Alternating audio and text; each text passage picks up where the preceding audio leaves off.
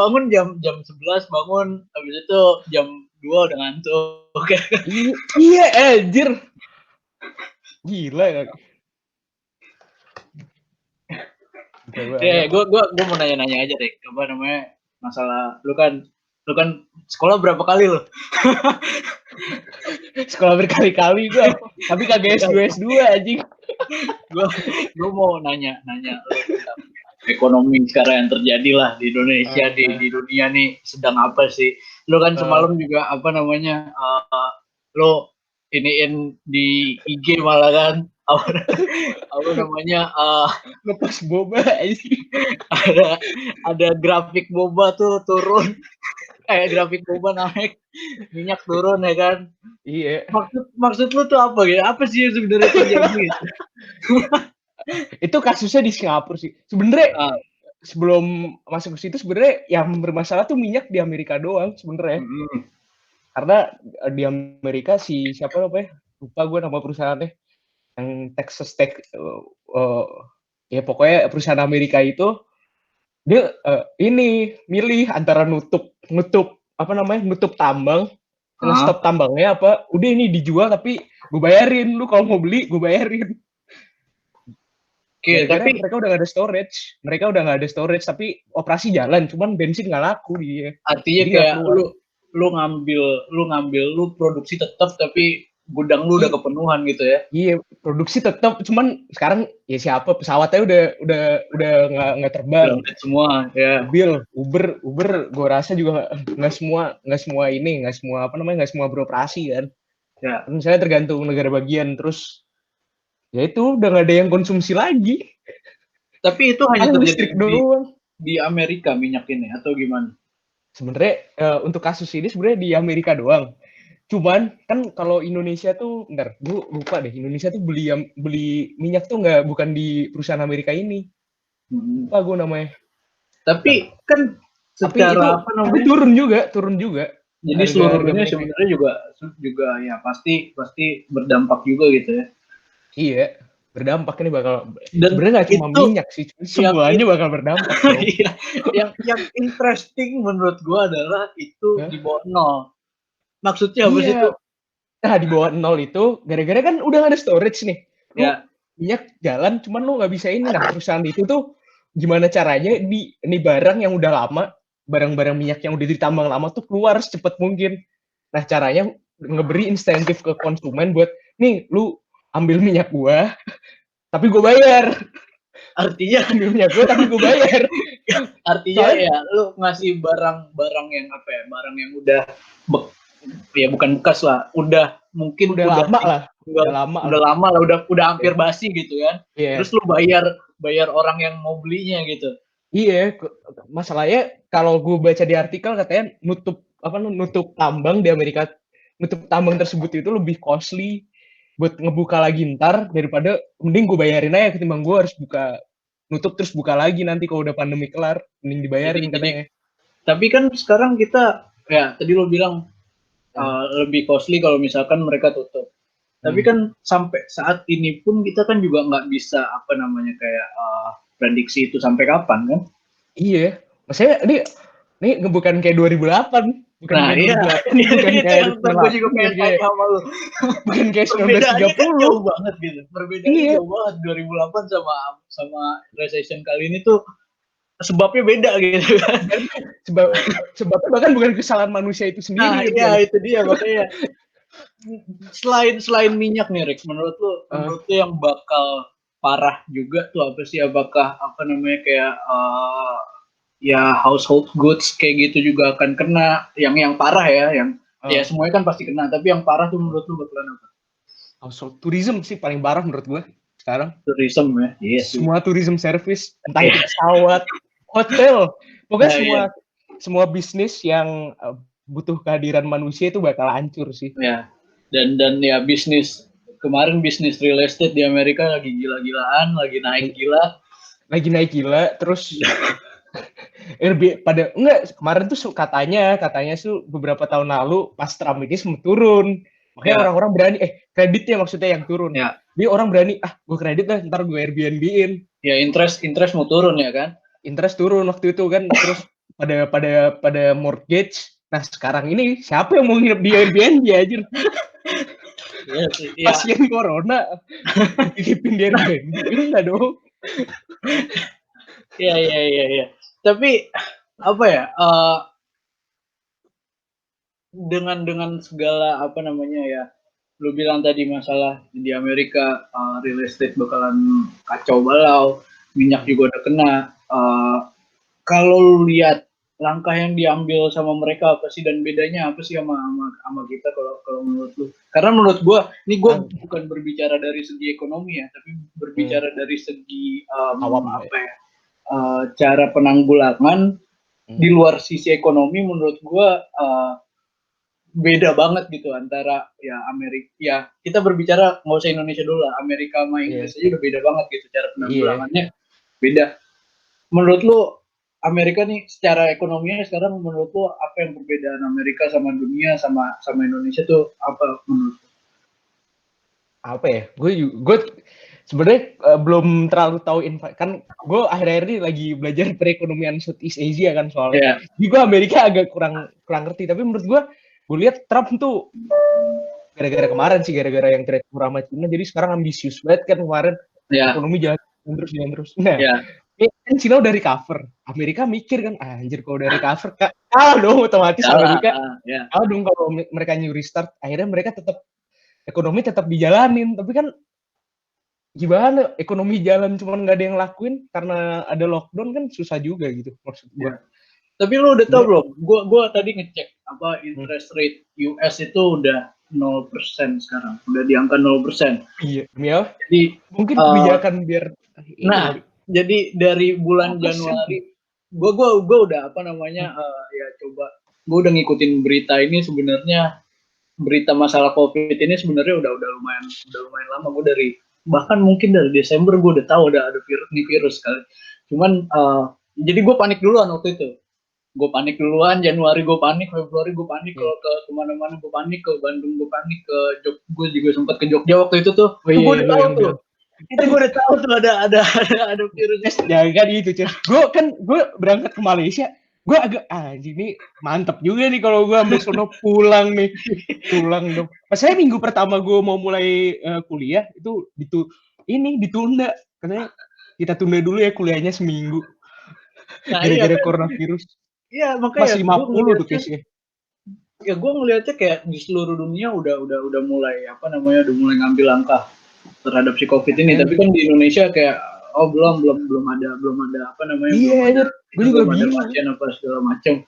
Sampai akhirnya menurut gue pas mereka bilang ada pasien di sini, menurut gue udah kelabakan cuy. Apa ya, kayak ya udah ya menurut gue udah kayak ya lu bayangin aja, Malaysia udah kena, Singapura udah kena, seluruh negara yang di kanan kiri Indonesia tuh udah pada kena gitu ya. Iya makanya even Australia maksudnya. Iya makanya kan agak aneh gitu, dan gue udah ngikutin berita ini udah lama. Terus apa namanya ya, gue baru mulai ngikutin perekonomian dunia tuh gara-gara kemarin ya recession ini gue mulai ngeliatin, dan memang interest rate Amerika tuh udah 0% gitu. Ya sekarang gue barusan cek 0,25, gila. Iya 0,25. Makanya gila.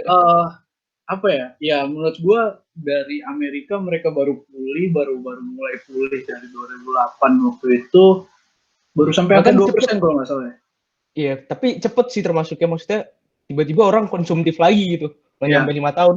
Ya. Nggak nyampe 10 tahun maksud gue. Tapi nah kalau misalkan lo apa namanya bandingin dengan Indonesia yang sekarang masih 4%, 4,5 kalau nggak salah gue lihat terakhir.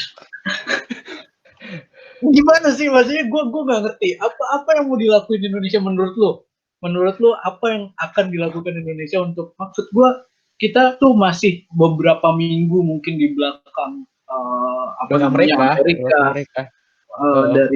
Dari penanggulangan ini gitu. Jadi kita masih nggak tahu berapa yang akan kena gitu. Apa yang bakalan Indonesia lakuin kemungkinan menurut dengan interest rate yang masih tinggi menurut gue. Gila lo 4,5, gue masih kaget ngeliatnya, cuma bisa 4,5. Menurut gue interest rate tinggi gara-gara kan kita rely on foreign investment kan sebenarnya. Ya most of ini kita ya apa namanya, hidup kita dari foreign investment rata-rata gitu.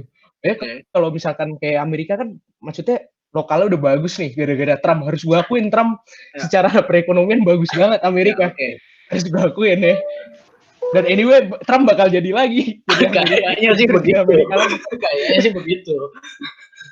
Ya menurut gue gimana ya, apa ya yang selanjutnya bakal, menurut gue saya dari gue ngomong 2008 dulu deh. 2008 tuh kita kenapa nggak terlalu terdampak gara-gara kita produk domestiknya masih bagus, masih pemerintah ngasih polisi untuk insentif masyarakat buat tetap apa namanya produksi dalam negeri, konsumsi dalam negeri. Jadi kita nggak terlalu terdampak. Nah, karena virus ini, menurut gue gimana? Gue juga serba salah gitu, maksudnya diturunin ada yang invest, dinaikin, goblok gitu. Jadi lu lebih. Tapi kalau gue, nah masalahnya Indonesia lebih milih pengampunan kredit daripada nurun interest kan. Ya, artinya ya, tapi kan bukannya dengan seperti itu juga dia, artinya gini, dengan lu motong kredit, dengan lu motong utang itu, bukankah seperti itu juga orang akan invest? Artinya ya mereka merasa ya, tapi dengan sekarang juga sih agak susah. Agak susah sih, orang juga akan. Gue kemarin abis kuliah umum kata orang menku sendiri, kita nggak tahu ini sampai kapan, tergantung virusnya sampai kapan kita baru bisa nentuin. Jadi virus selesai baru bisa kita tentuin gitu. Iya sih emang, dan memang mau gimana pun apapun yang dilakukan emang menurut gue juga akan percuma, karena ya orang juga akan males melakukan investasi, karena buat apa gitu kan? Maksudnya, buat apa? Karena gini, buat apa? Gara-gara sekarang gue makan udah susah gitu. Iya. Gue butuh duit cepet gitu loh. Makanya sekarang orang investasi jatuhnya pada ke emas kan. Ya. Gara-gara ini naik terus, udah pasti naik. Terus kalau sewaktu-waktu gue butuh, likuidasinya lebih gampang. Ya, benar. Jadi lo bilang mendingan interest rate tetap segitu ya, nggak perlu diturunin. Gue nggak bilang gitu sih, gue atau gimana nih? Gue nggak bisa gimana ya, bingung juga gue Des masalahnya. Oke. agak ini. Kalau menurut lo sendiri gimana? Kalau menurut gue mungkin, kalau menurut gue nggak apa-apa interest rate segitu tetap. Atau ya mungkin kalau mereka mau turunin dengan yang jangan terlalu jauh lah. Maksudnya gue, kalau kita bandingin dengan Amerika yang dari 2% ke 0% hanya gara-gara COVID ini, menurut gue mungkin ini ya, gue juga nggak ngerti, tapi mungkin juga karena ya sekarang musim kampanye juga kan, gue juga nggak tahu apakah itu ada pengaruh juga di situ atau enggak. Karena yang gue lihat negara lain pun ada yang tetap, ada yang ya turun sedikit. Jadi kalau gue bilang, kalau mau turun sedikit nggak apa-apa, karena ya artinya orang minjem duit akan lebih gampang. Dan kalau untuk kemanusiaan turun sih Jas, bakal turun. Gara-gara lu kalau masih tetap, soalnya ini kan buat long termnya orang nggak. Misalkan sekarang gue punya duit 1 juta, nggak mungkin gue 3 bulan lagi masih punya duit 1 juta gitu.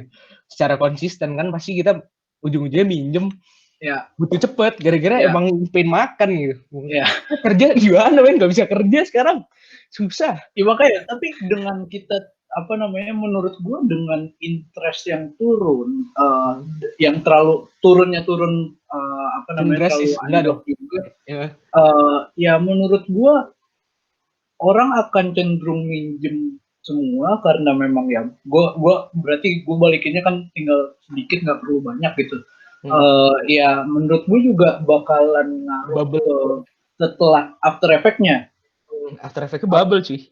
Ya, after effect-nya ya bakalan susah untuk benerinnya lagi gitu kalau menurut gue. Artinya harus ya gue nggak tahu teknik-teknik ekonomi yang ya gue cuma tahu, juga nggak terlalu ngerti Jas sebenarnya. Gue cuma tahu interest turun sama nyetak duit gitu kan. Iya. Ya maksud gue dengan apa namanya, dengan orang terlalu banyak minjem terus ya kalau misalkan tidak dibarengin dengan gimana cara kita nanggulangin after effect, menurut gue juga bakalan kacau. Jadi ya mungkin turun sedikit dengan alasan kemanusiaan. Itu lebih ya, tapi kita juga nggak bisa apa namanya kayak ya kita turunin, artinya gini, gue kasih interest lu rendah tapi lu harus dalam rangka kemanusiaan ya kan, itu juga nggak bisa gitu. Susah ya. Tapi ya menurut gue juga buat apa diturunin banyak-banyak, karena memang menurut gue juga ya nggak ada yang beli juga gitu, nggak ada yang sekarang juga orang. Betul betul sih kayak gitu lah kalau menurut gue gitu lah. Tapi oke lah, kalau ya agak membingungkan emang kalau misalkan itu. Tapi kalau menurut lu kedepannya dalam apa namanya, kita masih berbicara virus nih masih ada. Kekacauan ada sampai 2021 ya. Iya, 2022 mungkin gue juga nggak tahu. soalnya Amerika, Kanada, even Indonesia tuh sekarang lagi mencoba budgeting sampai 2023 dengan kondisi yang sama. Bahkan Amerika udah nyiapin duit sampai 2023 buat ngelawan. Tapi gimana keadaan menurut lo ya beberapa bulan ke depan selama virus ini masih ada, bakalan kayak gimana sih, Rik? Pertama menurut gue ini bakal jadi the new life of human sih menurut gue. Kita social distance yang cukup lama, terus apa namanya ya pakai masker, cuci tangan bersih, itu menurut gue jadi kebiasaan baru bagi manusia. Lu cuci tangan sekarang berapa kali sehari? Gue gara-gara di rumah doang nggak sesering gue waktu di Malaysia aja. Gue sih lihat wastafel dikit deg-degan aja. Cuci tangan. Ya maksud gue ya sekarang bener-bener yang apa ya, kayak ya was-was gitu, orang hidup was-was. Dan kalau ngomongin secara kemanusiaan, iya bakal was-was. Terus menurut gue bentar lagi banyak bermunculan juga perusahaan-perusahaan telco, maksudnya telekomunikasi ya. Ya. Menurut gue. Oke. Gara-gara ini lagi happening banget kan. Terus banyak kemarin salah satu provider, boleh disebutin nggak? Boleh aja sebutin lah. Media tahu banget kan kemarin. Ya. Terus banyak yang kayak XL keluarin, ya sebenarnya udah lama cuman naik lagi. Smartfren naik lagi, terus bahkan MNC Vision ya naik lagi. Gue mungkin kedepannya bakal ada yang baru lagi, ada yang kayak provider baru. Wah, sabi nih bisnis telco, gara-gara mungkin kita bakal makan kayak ama gitu. Tapi dengan kondisi kayak gini, apakah memungkinkan, Rek? Maksud gue? Ya, maksudnya nggak memungkinkan. Maksudnya paling nyewa ini, tau nggak sih lu? Ada sistem kayak nyewa nyewa line gitu. Nyewa line kabel gitu. Iya. Nyewa antena dan segala macam gitu kan. Iya. Yang pemain-pemain gede. Mungkin perusahaan telco juga raksasa ya sekarang mungkin. Terus untuk sampai 2022 orang takut traveling, udah pasti. Pasti takut traveling. Oke. Tapi gimana kalau misalkan kemarin gue terakhir lihat kalau nggak salah di Inggris sudah mulai masukin vaksin ke manusia, mereka udah mulai nyoba minggu ini. Kalau itu berhasil, menurut lu seberapa lama sampai itu bisa ya dunia pakai itu, terutama Indonesia lah?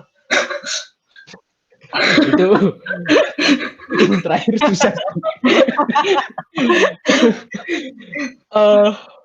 Butuh 2 tahun sih menurut gue, kan maksudnya efek samping terhadap vaksin tersebut juga belum diketahuin kan, butuh waktu lama. Long term itu gimana? Gitu. Maksudnya untuk tahun 2021 aja menurut gue terlalu optimis buat ngeluarin vaksin gitu. Artinya kita akan hidup seperti ini masih akan masih. Nah, sekarang yang sebenarnya yang agak gue worry itu sekarang pekerjaan apa yang itu gue mau nanya itu kondisi sekarang ini. Jadi lu have no idea about itu atau gimana?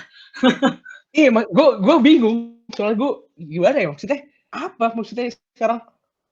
sekarang ada temen gue auditor ya udah nggak pernah kerja udah 2 minggu 3 minggu dapat project gila kali maksudnya terus gimana pekerjaan apa yang menurut lu bakalan apa ya bingung juga gue tapi menurut gue konsultan bagus sih konsultan psikologi gitu-gitu dokter mungkin akan naik cuman nggak tahu juga gimana gue lihat Inggris Inggris itu dia awal-awal sempat nerapin herd immunity gitu kan yang dimana ya udah lu keluar aja kenain sebanyak-banyaknya cepet-cepetnya ya artinya dengan seperti itu ya dia bisa mangkas lingkaran-lingkaran COVID itu gitu maksudnya yang sekarang dilakukan oleh kalau nggak salah Swedia lagi. Iya sih, sebenarnya Swedia atau Denmark gitu. Mereka juga, lu terserah lu mau jalan-jalan, cuman physical distancing doang, asal physical distancing. Bahkan Italia kan nggak boleh berhubungan seks kan. Lucu banget sih. Ya, apa namanya mayor Italia itu pas marah-marah gue ketawa-ketawa gue. Waduh. Italia tapi ya. Nah, tapi herd immunity itu juga masalahnya secara ilmiah juga belum tahu. Ya, karena kita juga nggak tahu artinya apakah lu habis keinfeksi lu benar-benar imun terhadap itu atau lu masih bisa kena lagi seperti itu kan juga kita nggak tahu. Jadi menurut lu lebih baik mana? Apakah dengan herd immunity itu atau apa namanya? Karena gini, kalau kita mikirin secara ekonomi ya, kalau kita mau otak-otak kapitalis gitu. Dengan herd immunity itu artinya produktivitas kita juga akan tetap jalan gitu kan. Nggak seperti kalau misalkan lo karantina semua yang ada gitu. Menurut lo gimana? Tapi tergantung dulu sebenarnya yang perlu diteliti tuh herd immunity ini ada atau enggak maksudnya atau enggak itu kan nggak tahu sebenarnya. Ya, oke. Tapi kalau misalkan kita, oke lah, kita berpandangan pada coronavirus 1 yang itu lu imun gitu. SARS-CoV-1 di situ mereka bilang begitu lu kena, lu nggak bisa kena dalam jangka waktu tertentu gitu. Lu udah imun terhadap itu. Kalau itu memang itu udah dipelajarin secara ilmiah dan itu memang benar. Menurut lo mending mana sih kayak soalnya percuma menurut gua karantin ini menunda doang.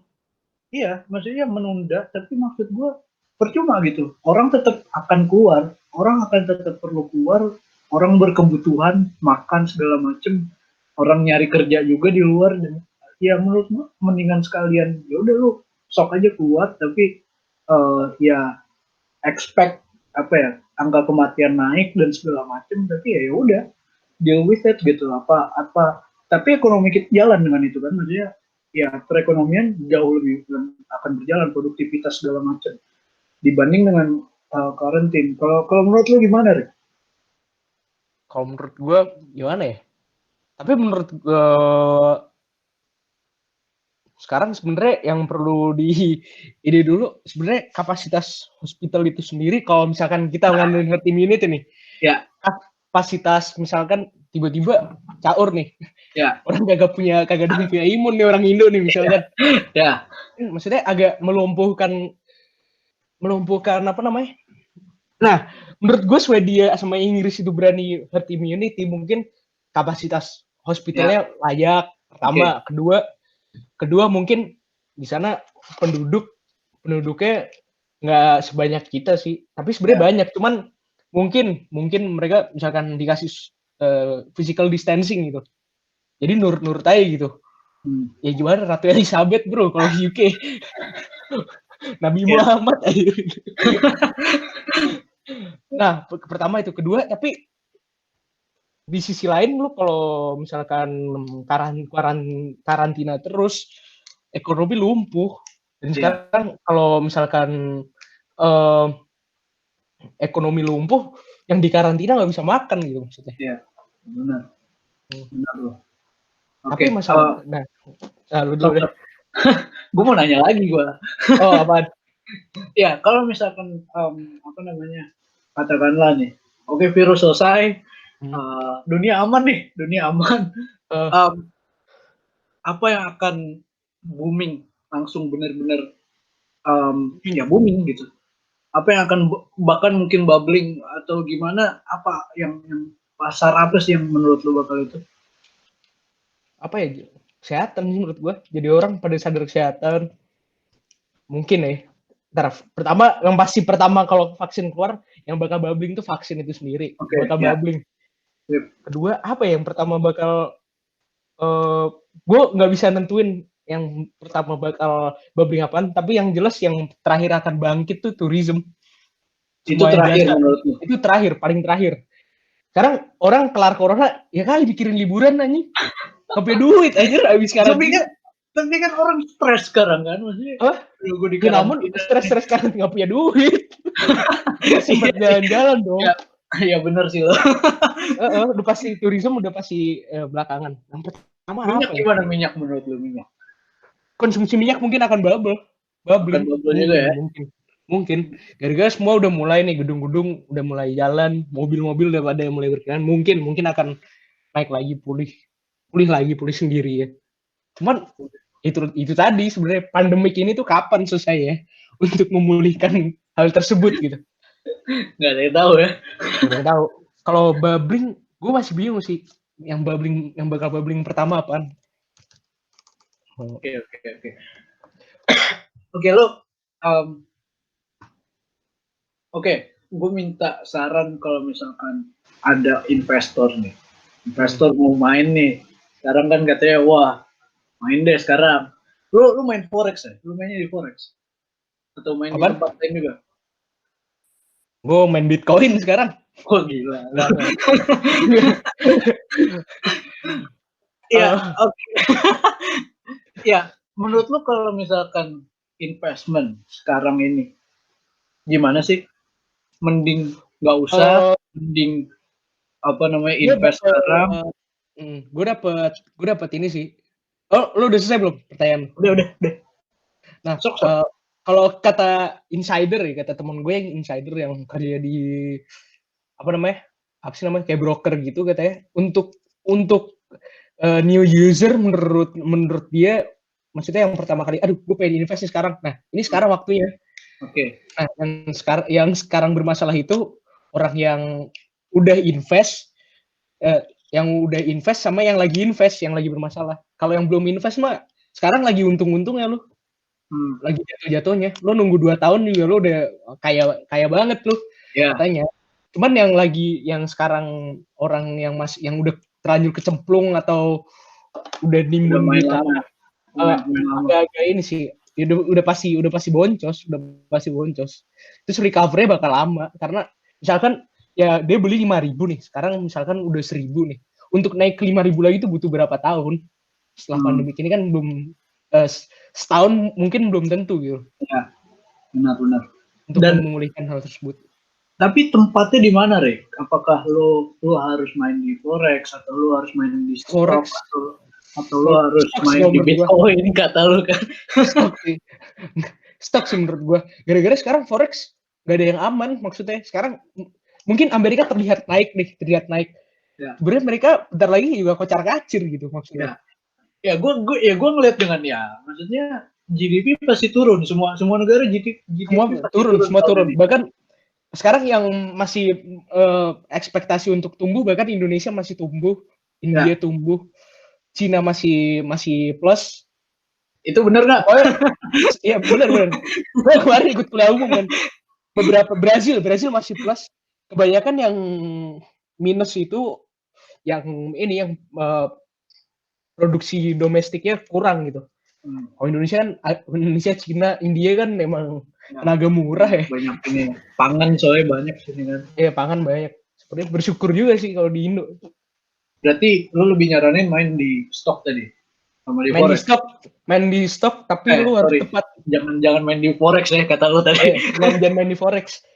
Tapi kalau stok apa? Stok apa yang menurut lo? Ya itu tadi yang gue bilang, telekomunikasi udah pasti naik. Bang mungkin bakal naik nih, Bang. Oke. Bang. Kenapa Bang naik? Apa? Kenapa Bang naik? Mereka ini butuh duit buat ini kan, buat menanggulangi kredit sama deposito itu kan. Tapi kan interest kita masih 4%. Tapi tren BBRI, Mandiri gitu-gitu ini cuy, stabil, maksudnya naik, bahkan cenderung naik. Gitu ya. Jadi bank ya. Bank mungkin, tapi nggak tahu juga. Consumer goods naik sih. Consumer goods agak turun sih kemarin juga consumer goods sebenarnya. Ya karena orang juga akan susah kemana-mana kan, maksudnya. Iya sih. Pasti kimia farma pasti. Ya, kimia farma tuh udah pasti gila. Karena yang produksi kloroquine salah satunya di Indo kan kimia farma kan. Ya, benar. Itu bakal naik. Kalau lu stok Amerika itu Apple turun sih, Apple yang bakal naik. Yang udah naik itu apa ya? Lupa gue aja nama teleponnya Amerika. Jangan ngomong Tesla lu. Tesla naik aja, bingung gak lu? Ya. Besok juga naik. Turun. Apa? Besok juga turun itu. Iya sih, iya bener. Oh, kalau misalkan lu bisa nyampe stok kayak Korea Selatan, Jepang, Fujifilm lagi naik. Yang produksi Avigan naik. Ya. Naik sih, tergantung lu harus ini sih orang-orang cari juga ya. Pesawat udah pasti hancur, udah pasti minus lagi.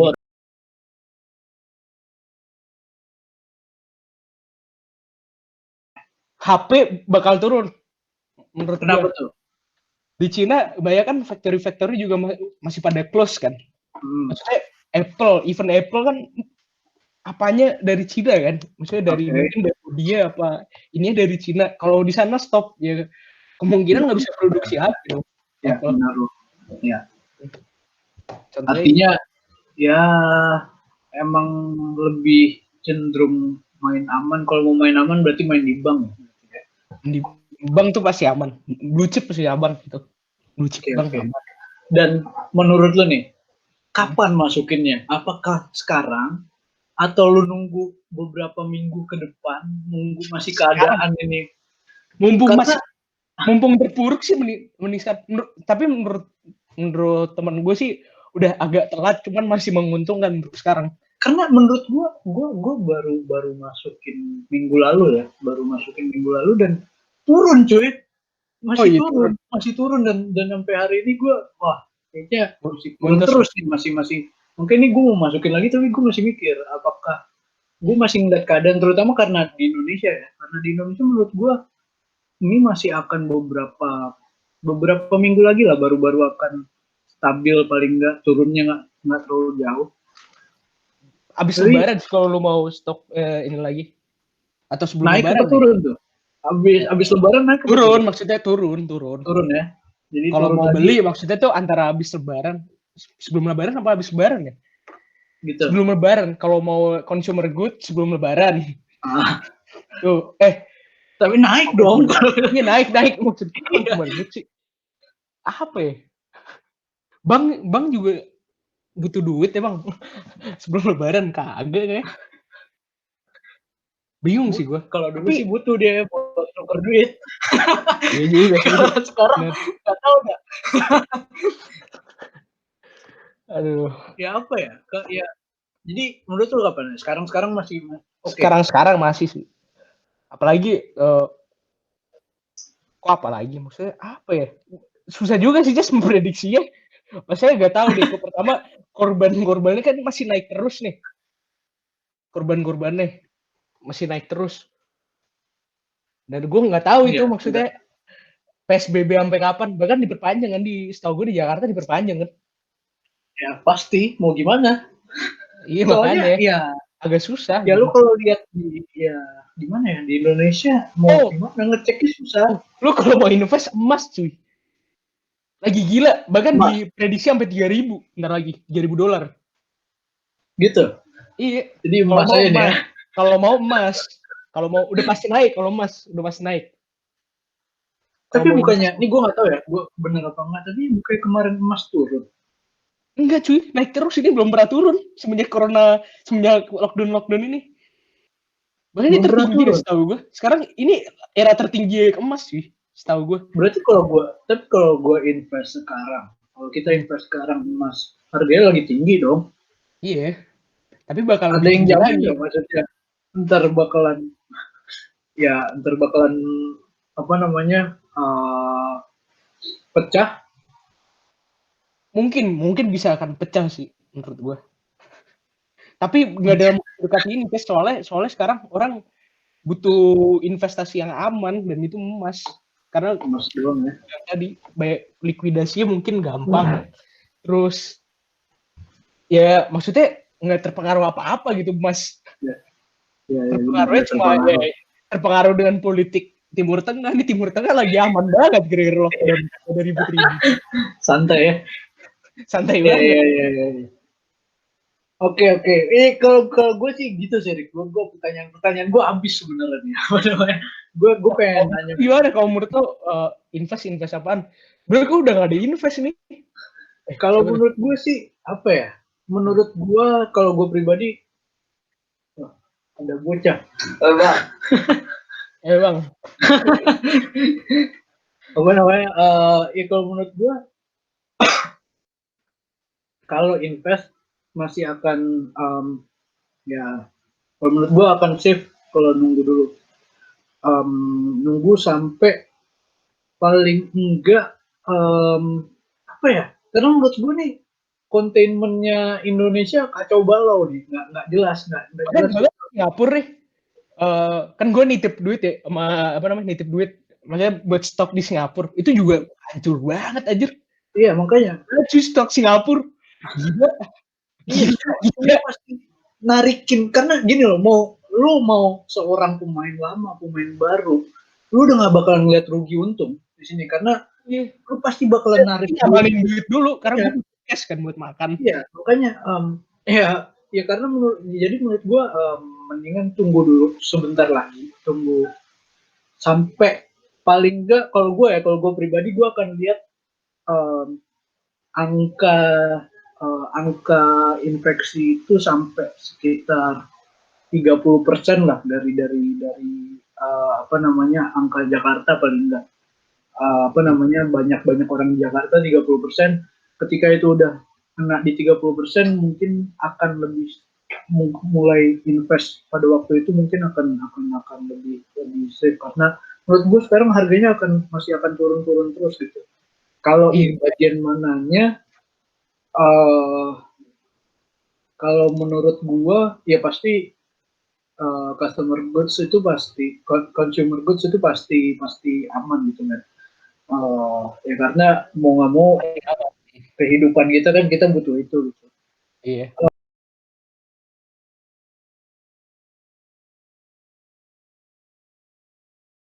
Gue lebih ke consumer goods sih mainnya. Untuk sekarang. Ya. Untuk sekarang dan untuk masa depan mungkin juga, karena ya menurut gue itu nggak. Danone. Nestle. Level apapun itu. Pemain baru pun kalau menurut gue juga akan aman gitu. Kayak banyak lah pemain baru di stock market yang menurut gue bakalan aman kalau misalkan di situ. Menurut gue gitu sih.